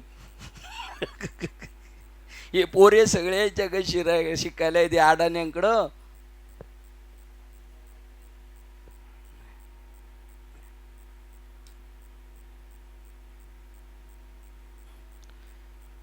तत्वज्ञानावरील भाष्य म्हणजे स्वतःच्याच भ्रांतीमध्ये भटकणाऱ्या मनाला सहज हरवून टाकणारी अशी अरण्योत रामायणाचार्य भागवताचार्य. अजून बाबा म्हणले, झणझणे बाबा म्हणले हरिपाठाचार्य. अजून नाही ना कोणी हरिपाठाचार्य काय? हे महारण्यात फसलेले ते सगळे. अरे तू याच्यापेक्षा वेगळा आहे, तू उपाधी वेगळी, तुम्ही निर्विकार. या उपाध्या आहेत. दीपक ही काय? याला उपाधी आहे. आता त्याच्यावर अजून दीपक व हबप बरी आहे जरा, हबप. आणि बाबा म्हणले मला एका त्या दिवशी चिठ्ठी लिहून दिली, पप्पू. पप्पू माहितीये? परमपूज्य पप्पू गुरुजी गुरुवर्य पप्पू बघा बर, परमपूज्य गुरुवर्य. ते कसं आहे विश्लेषण लांब, हे शॉर्ट काय म्हणतात, शॉर्ट फॉर्म. पप्पू की नाही, ह्या सुद्धा काय त्याला ती लचंड आहे. त्याला जसे जुन्या मूर्ती आहेत ना, त्याला शेंदूर पासून मारुतीचं नाक, मारुतीचं डोळं, मारुतीचं कान दिसे नसेच झाले सगळे, आहे का नाही? नेहमी शेंदूर, तसे यांना शेंदूर व शेंदूर. तत्वज्ञानावरील भाष्य म्हणजे स्वतःच्याच भ्रांतीमध्ये. पहिला मी स्वतःला काय समजलोय? जीव. मग मी हुशार माणूस आहे, मग मी माळकरी आहे, इतर गावात आमच्या माळकरी नाहीत. हो, अजून मी लय हुशार माणूस आहे, मी आता कीर्तन पण करतो, मी आता 8 दिवसाचे कार्यक्रम पण करतो, आता मी अमुक झालो. अरे बाबा तू तमुक नाही हे कळून घेण्यासाठी इकडं आणलं होता, तर तू तमुक. तुला आता तर काय लवकर तरायला काहीच नाही बाबा एखादा. म्हणून बाबा म्हणले या भरगटलेल्या पाट्या आहेत यांच्या नादी लागू नका. कोरी पाटी झटकन घडन. त्याला माहिती आहे मी खाताड पेताडे बाबा, मला चांगला मार्क भेटला तो हमरस्त्याने जाईल, हे म्हणून मला हे तर मला माहितीच आहे, मग नाही होणार. मनाला सहज हरून टाकणारी अशी अरण्य होत. म्हणून सच्चा ब्रह्म साधकांनी योग्य प्रयत्नाने आत्मतत्वाच्या सत्य स्वरूपाची अनुभूती घ्यावी. पहा काय घ्यायचं आपल्याला? अनुभव घ्यायचा. संप्रदाय सांगतो, वारकरी संप्रदाय, अनुभूती वाचून बडबडते, अनुभवा वाचून बडबडते. बस सुरुवात काय? या नावे अद्वैत ब्रह्मज्ञान, अनुभवा वाचून बडबडते. या नावे म्हणजे वरती काय? न करी रे संग, राहे तू निश्चळ. म्हणजे माणसांच्या संगतीत नको राहू, बायकोच्या संगतीत नको, पोरबाळ नको, गोतवळा नको, आणि डायरेक्ट हिमालयात जा. न करी रे, असंच आहे ना? या बॉडीशी न करी रे संग. हिमालयात गेला तर बॉडी बरोबरच याच्या. न करी रे संग या प्रकृतीशी, राहे तो निश्चळ. आणि या बॉडीच्या निमित्ताने देह आणि देह संबंधी निंदावी लागू नेदी मळ ममतेचा. आणि आपण कशा देत? मळाच्याच नादी लागलेले, शाश्वतच्या नाही, कळून सवरून बी. म्हणून सच्चा ब्रह्म साधकांनी, आता आपण कसे सच्चे पक्के कच्चे मंद लुच्चे लफंगे असं नाही सांगितलं. कोणी सांगितलं? सच्चा ब्रह्म साधकांनी योग्य प्रयत्नाने आत्मतत्वाच्या सत्यस्वरूपाची अनुभूती घ्यावी. या तेजस्वी रूपकामध्ये शंकराचार्य काव्य आणि तत्वज्ञान ह्या दोहींची सच्चा आणि प्रामाणिक प्रेमिकाच्या उत्कंठेने आणि उत्सुकतेने प्रेमिकाच्या प्रेम याचना करीत जणू तत्वज्ञानाला हाताळीत आणि काव्याला गोजारीत आहे. बघा, इंजेक्शन द्यायचं पण कापूस लावून द्यायचं, इंजेक्शन मारल्यावर पण ते औषध पांगलं पाहिजे. अशा पद्धतीने ते तुमच्या ते आपल्या गळे उतरवतात. येथे ते आपणास अशी एक कल्पना देतात की तत्वज्ञान विषयक चर्चा म्हणजे एक अंधकारमय आणि भयान असे संकटमय अरण्य असून तेथे विषारी वनस्पती आणि हिंस्र प्राणी निरापराध आणि बेसावत यांत्रिकावर झडप घालण्याकरता दबा धरून बसलेले आहेत. बघा पुढे दिलेले अज्ञान सर्पद्रष्टस्य याच्या अंत प्रयत्नाद्य तिथं हिंस्र प्राणी आहेत त्या अरण्यामध्ये. कोणत्या अरण्यामध्ये?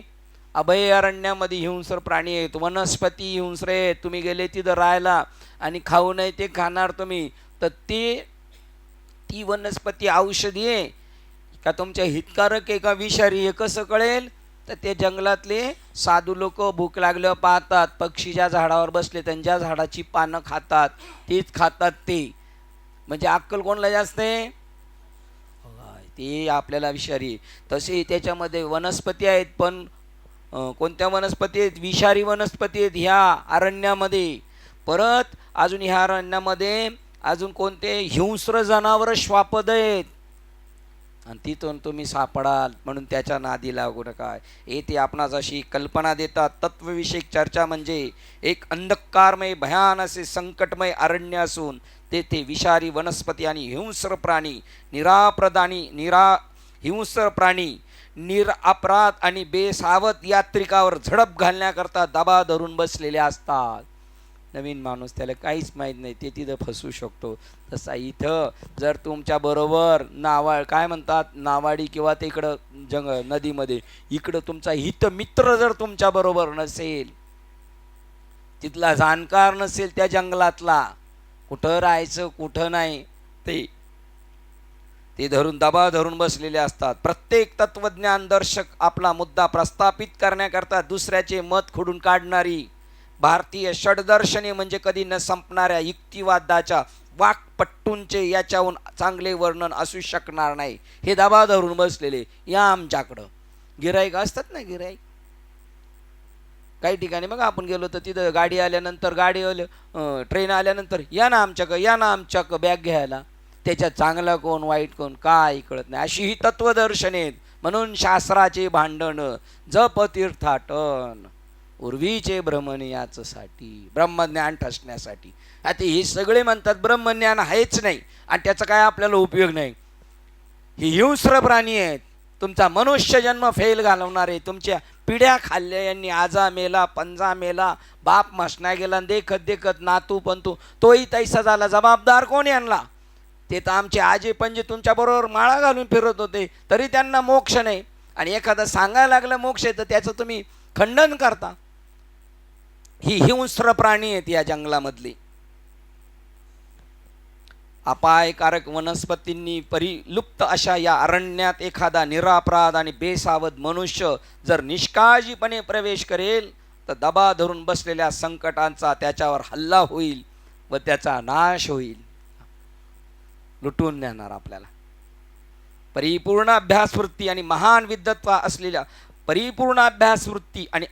विद्वत्ता असलेला बुद्धिमान महात्मा सुद्धा अधूनमधून अदृश्य खाच खळग्यात पडू शकेल. पडलेले पाहिले नाही का आपण? किती विद्वान माणसं परिपक्व माणसं पण खाच खळग्यात पडलेत ना, आणि रडलेत बी पडल्या. हो, नव्हतं पडायला पाहिजे पण तरी दुसरा खड्डा दिसल्यावर पडलेले दिसतात. पडलेले रडलेले आणि परत पडलेले आणि आता हसतानी पडलो बघा असं झालं. एकदा बिरबल बादशाचा संवाद चाललाय. बादशाह म्हणतो बिरबलाला, अरे आपण दोघं चाललो होतो रस्त्याने स्वप्नात आणि मी पाहिलं तर मी मधाच्या याच्यात पडलो खड्ड्यात आणि तू घाणीच्या खड्ड्यात पडला. बादशाह कुठं पडला? मधाच्या. आणि तो बिरबल घाणीत सगळा. तो म्हणला बरोबर राजा, तुम्हाला आणि मला सारखं स्वप्न पडलं होतं. हा म्हणला तुला एवढं बोललं खड्ड्यात? म्हणला हा. कसं काय? तू सांग बरं पुढं काय झालं? मग त्या खड्ड्यातून दोघं बाहेर आलो. मी तुम्हाला चाटीत होतो आणि तुम्ही मला चाटीत होते. मग राजा काय म्हणाले, हे चल, असं काय स्वप्न पडलं? एवढा हुशार असेल तर बाबाला तो लुटून नेईल आणि क्लिअर करील. असाच एक असा भूलतापा मारणार होता. तो म्हणला अरे काल म्हणला माझ्या घरी वाघ आला होता, मी त्याच्या वरडून धावून आलो. नाही, मी त्याच्यावर बाहेर गुळणी टाकायला आलो होतो आणि त्या वाघाला मी वटवा पाहिला, तसं गुळणी टाकली ना तसा पळून गेला. तो म्हणला बरोबर बरोबर बरोबर, तू गुळणी टाकला आणि तो पळून गेला बरोबर. तो म्हणला तुला काय माहिती? म्हणला मी वाट्यावर बसलो होतो, माझ्या शेजारी आला आणि मी त्याच्या अंगावरून हात फिरवला, तेव्हा मला कळालं हा वला होता. तर गाठ पडे, आता झोप येईल काय सांगा बरं? गाठ पडे टका त्याचे वर्म जाणे तुका. अशी माणसं आपल्याला भेटले, असे महात्मे आपल्याला भेटले. आपलं भाग्य उज्ज्वल आहे. असं भाग्य कोणाच्या पदरी नाही, असलं भाग्य ब्रह्मदेवाच्या पदरी नाही. आपण एवढे मोठ्यांची जवळीक आपल्याला साथ दिली आहे. आणि ते आणि महान विद्वान असलेला बुद्धिमान महात्मा सुद्धा अधूनमधून अदृश्य खाचकळग्यात पडू शकेल आणि त्याच्या अनुषंगिक मानसिक परिणाम त्याला भोगावे लागतील. भोगतात ना, रडतानी पाहिलेत मी, मोठी मोठी माणसं पाहिली. म्हणून उदार मनाच्या आचार्यांनी वेदांताच्या द्वारात प्रथम प्रवेश करणाऱ्या नवशिक्यास या ठिकाणी दिलेल्या पूर्वसूचना फार मोलाची आहे. तू आलायस ना इकडं, वारेमा पळू नको. आपण कसं चालायचंय? आपण कसं चालायचंय? जाणत्याच्या मागे चालायचंय. काय प्रमाणे का? पुढे चाल देखनाही चाले तैसा, तैसा हा मार्ग अक्रमवा. ज्ञानेश्वर महाराज. आंधळा माणूस आहे, त्याला काही कळत नाही. मार्ग अंधासारिका, पुढे देखनाही चाले तैसा. आज्ञानु धर्म, अज्ञाना प्रगटावा धर्म तैसा. अज्ञानी माणसाला धर्म तसा प्रगटावा. आंधळ्या माणसाच्या पुढं कोण पाहिजे? डोळस पाहिजे. बरं, आंधळ्याच्या पुढं डोळस नाही, त्याला कंदील दिला, मग जाईल का नाही आंधळा बरोबर? ते उलट बिंदास धडकल जाऊन कोणला. तो म्हणलं आता काय घाबरायचे कारण नाही. आपल्याकडे काय आहे? कंदील लिहून हे बेफान गेला आणि जाऊन दुसरा धडकला. तर दुसरा म्हणला अरे तू आंधळ आहे का? तो म्हणला आम्ही आंधळ आहे. पण तू तर डोळस आहे ना, तू का माझ्यावर धडकला? तो म्हणलं तू धडकला म्हणून. मग तुला माझ्या हातातला कंदील दिसला नाही का? मी एवढा बिंदास होतो. म्हणला बिंदास होता तू, कंदील होता, पण वाऱ्याने तुझा कंदील भिजला होता. बघा काय बारकावे. एकच टाळी झाली, हे की नाही? तैसा व्यासांचा मागावा घेत भाष्यकारात ते वाट पुसत. अयोग्य मी नवपवतो मी की जया. मी अयोग्य, पण मी नाही का जाणार बरोबर? माझ्या बरोबर जर असं असला तर. असे भेटले आपल्याला, आपल्या भाग्यात होते म्हणून भेटले. एरवी नाही, एरवी मेले काहीतरी, पण त्यांना काहीच भेटलं नाही, त्यांनी निष्कर्ष काढून ठेवले. असं काही होत नाही. म्हणून त्या माणसाने सूचना द्याव्यात. या शब्द जंजाळ गोंधळाच्या अशा अरण्यात असे नवे साधक मोठ्या उत्साहाने न शिरोत आपण जायचं शिकायला आता. म्हणून ते कुठं जातात त्यांना बाबा म्हणले जायचं नाही, इथं घरी शिकवा पोरांना, तिकडं नका पाठवू. न शिरोत तत्वज्ञान विषयक निरनिराळ्या मतमतांतराच्या अर्धव्यूच्या म्हणजे अधर्व्यू म्हणतात ना त्यांना, तर चकवे बाबा अधर्व्यू नाही म्हणत त्यांना, त्यांना अर्धांग वायू झाले म्हणतात. यांना अर्धांग वायू झालेला आहे. हे अर्धे चांगले ना अर्धे बिनकामाचे आहेत. हे तत्वज्ञानाचे अधर्व्यू, निरनिराळ्या मतमतांतरांच्या अधर्व्यूंच्या परस्पर विरोधी हे अधर्व्यू, या दोघांचंच पटणी. परस्पर विरोधी दृढ कथनांच्या ओझ्याखाली त्यांची मने दडपण्याचा आणि ते शेवटी शब्द जंजाळ वादविवादाच्या बाहेर पडण्यास वाट नसलेल्या अरुंद बोळात हरवून जाण्याचा संभव जास्त असतो. गेला पुढं गेल्यानंतर मध्ये अडकला ना, अर्धा भाग गेला पुढं अर्धा अडकला त्याच्यामध्ये, जसं तो पेंद्या अडकला होता का नाही. मग देवानी सांगितलं होतं तू अडकू नको, तू माझ्यापेक्षा पुढे शहाणपणा करू नको, तरी तो म्हणला बघू याची. त्यांनी सांगितलं डोळे बंद करायचे, ते असं करायचं, डोळे बंद करून याच्यातून बघायचं. मग अडकला. सांगितलेल्या सूचना पाळल्याच पाहिजेत, पण कोणत्याही नाही पाळायच्या. न मानावे ऐसे गुरुचे वचन, जेने नारायण अंतेर. बाबा म्हणतो देवाकडे जाऊ नको, बाबाला ड्रॉप करायचं आणि देवाकडे जायचं. वाट नसलेल्या अरुंद बोळात हरून जाण्याचा जास्त संभव असतो.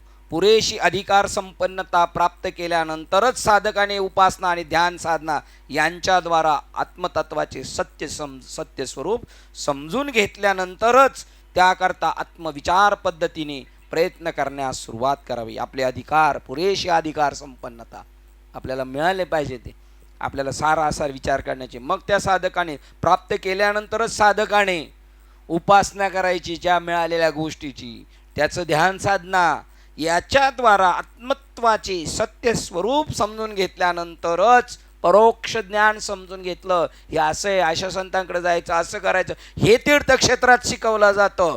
पंढरपूर, काशी, आळंदी, त्र्यंबकेश्वर, जगातली कोणतीही तीर्थ तिथं जर शिकवलं जातं तर परोक्ष ज्ञान शिकवलं जातं. साधू कसा असतो, आत्मा कसा आहे, आपला देह कसा आहे, आणि याची अनुभूती घ्यायची त्यांना, मग परोक्ष ज्ञान. अपरोक्ष, पण त्याला परोक्ष पहिलं झालं पाहिजे. याच्याद्वारा आत्मतत्वाचे सत्य स्वरूप समजून घेतल्यानंतरच परोक्ष ज्ञान समजून त्यानंतर आत्मविचार पद्धतीने प्रयत्न करण्यास सुरुवात करावी. 60 क्रमांकाच्या श्लोकला थांबतोय. विवेक चूडामणी ग्रंथ, आणि बघा त्या धड्याचं नाव आहे आत्मज्ञान याचे सौंदर्य, आणि त्याच्यातल्या 60 नंबरचा श्लोक झालाय. तिथे आपण थांबतो. झालेली सेवा हृदयस्थ सद्गुरू सच्चिदानंद श्रीपाद बाबा रामदास बाबा, ग्रंथ विवेक चूडामणी, संत मालिका, तसेच तुम्हा संत वृंदांच्या चरणावर सेवा समर्पित करून सेवेला इथे पूर्ण विराम देऊया. श्री ज्ञानदेव तुकाराम पंढरीनाथ भगवान की जय. माऊली ज्ञानेश्वर महाराज की जय. जगद्गुरु संत तुकाराम महाराज की जय. शांती ब्रह्म एकनाथ महाराज की जय. सच्चिदानंद श्रीपाद बाबा की जय. सच्चिदानंद रामदास अवधूत चिंतनम श्री गुरुदेव दत्त गोपाल कृष्ण भगवान. बोलो रे वैष्णव संतन की जय. मोर्या सच्चिदानंद शांतामयी महाराज जय. आता विश्वात्मके देवे येणे वाग्यज्ञ तोषावे. तोषोणी मजरावे पसाय दाने. जय कांची व्यंकटी सांडो. दया सत्कर्मी रती वाढो. भूता परस्परे जडो. मैत्र जीवांचे दुरितांचे तिमिर जावो. विश्व स्वधर्म सूर्य पावो. जो जे वांछित तो ते लाभो. प्राणी जात रक्षत सकळ मंगळी. ईश्वर निष्ठांची मांदी आहे. अनावर्त मंडळी भेटत उदरा जरा कल्पतरुची आयव. चेतना चिंतामणीचे गाव. बोलते जरार्णव पियुषांचे. चंद्रमेचे लांछन आर्कंड जेता बहीण. ते सर्वाही सदा सज्जन सोयरे होतो. किंबहुना सर्व सुखी पूर्ण होती तिन्ही लोकी. भजितो आदी कृषी अखंडित आणि ग्रंथो भजिवे विशेष लोकी. दृष्टादृष्ट विजय होवावेची. एत म्हणे श्री विश्वेश्वरा हो. होईल दान बसावो. येणे वरे ज्ञानदेव सुया झाला. येणे वरे ज्ञानदेव सुया झाला. येणे वरे ज्ञानदेव सुया झाला. हरि ओम. शांती शांती शांती.